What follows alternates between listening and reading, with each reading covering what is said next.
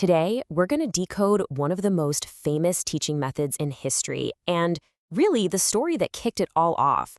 We're going to get into why a teacher who was known for being clear and direct suddenly started speaking in these riddles and, what that actually means for us today. All right, so let's set the scene. You've got Jesus, he's been teaching very directly, healing people, and this massive following is building around him. But then, on one very specific, totally pivotal day, everything changes. He just completely shifts his style. And the central mystery we're unpacking here is why? Why the sudden switch to telling these stories, these parables? So to really get this, we have to go back to the exact moment it all went down. If you look at the Gospel of Matthew, it tells us that Jesus is by the Sea of Galilee, and this absolutely huge crowd starts gathering around him, just pressing in to hear whatever he has to say. I mean, try to picture the scene, right? The crowd is so big, he literally has to get into a boat and push out from the shore to use it as a kind of floating stage, just so people can see and hear him.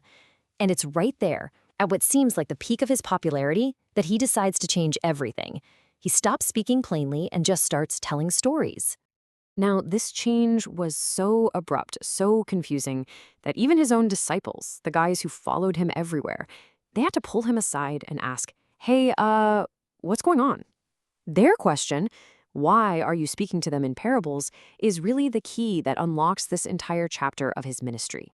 And his answer, well, it's fascinating. He basically explains that these stories, these parables, are like a spiritual filter. For anyone with an open heart who genuinely wants to understand, the stories reveal these incredible, deep truths. But for anyone who's skeptical or, closed off, the meaning just stays hidden. It's a tool for both revelation and concealment. And so the very first parable he tells on that day is the big one, the one that lays the foundation for all the others. It's the parable of the sower. On the surface, it sounds like a simple story about farming, but it's totally encoded with this much deeper meaning about how we receive truth. So the story kicks off with a farmer, and he's just scattering seed. But the first batch, well, it doesn't even have a chance. It lands on the hard, packed-down dirt of a footpath. It can't get into the soil, so it just sits there on the surface, and boom, it's an easy meal for the birds.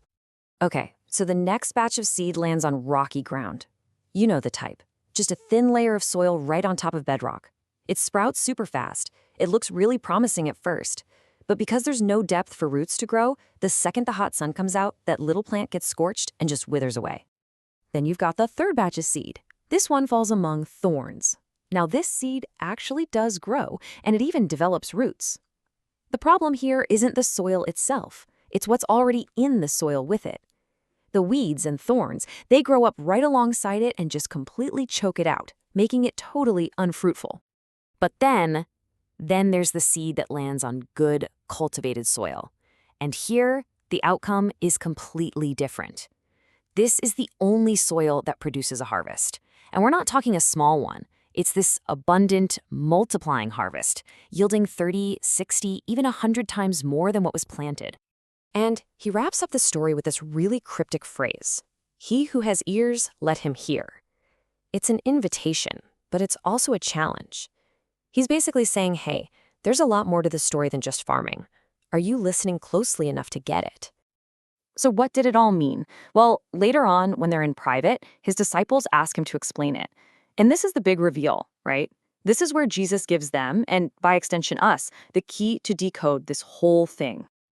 He starts by laying out the basic symbols. The seed being sown, that isn't literal seed. It's the message of the kingdom. And those different types of soil, well, they represent 4 different conditions of the human heart and how each one responds to that message. First up, that hard path. He says this represents a hardened heart. This is the person who hears the message, but it just doesn't sink in at all. They don't get it, they don't grasp its importance, and so the message is easily snatched away before it can ever even begin to take root. Next is the rocky soil, which represents the shallow heart. This is the person who has a huge emotional, enthusiastic response at first. They hear the message with so much joy, but there's no depth, no real foundation. So the moment trouble or hard times show up because of their new belief, they fall away just as quickly as they started. Now the thorny ground. This one represents a distracted heart. This person hears the message, and it actually starts to grow. But their life is just too crowded. the anxiety of this age and the deceit of riches. I mean, that's basically worries and worldly ambitions. They choke out the message, and it never gets to mature into something fruitful. And that brings us to the goal, right? The good soil. This represents the receptive heart. This person doesn't just hear the message, they understand it. They let it take deep root, and because of that, their life is transformed and becomes incredibly productive, incredibly fruitful. So why on earth does this 2,000-year-old story about farming still matter to us? Well, because the parable isn't just a diagnosis of 4 types of people. It's actually an instruction manual on how we can cultivate a receptive and fruitful heart ourselves. You see, the key takeaway here is that we can actually work to become good soil. First, it says we have to intentionally hear the word, actually make space to listen. Second, we have to try to understand it, not just let it wash over us. Third, and this is the hard part, we have to do the work of weeding out the distractions, those anxieties and ambitions that choke out spiritual life. And finally, the whole point is to bear fruit, to let the message actually change us from the inside out. And this brings us right back to where we started. The entire point of these parables, and especially this one, is to get us to truly listen, not just with our ears, but with our hearts and our minds. In fact, later in the very same chapter, after he explains a different parable, Jesus says that powerful line again, "He who has ears, let him hear."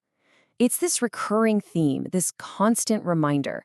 The kingdom is for those who are willing to tune in, to listen deeply, and to really understand. And that really leaves us with the final and most important question.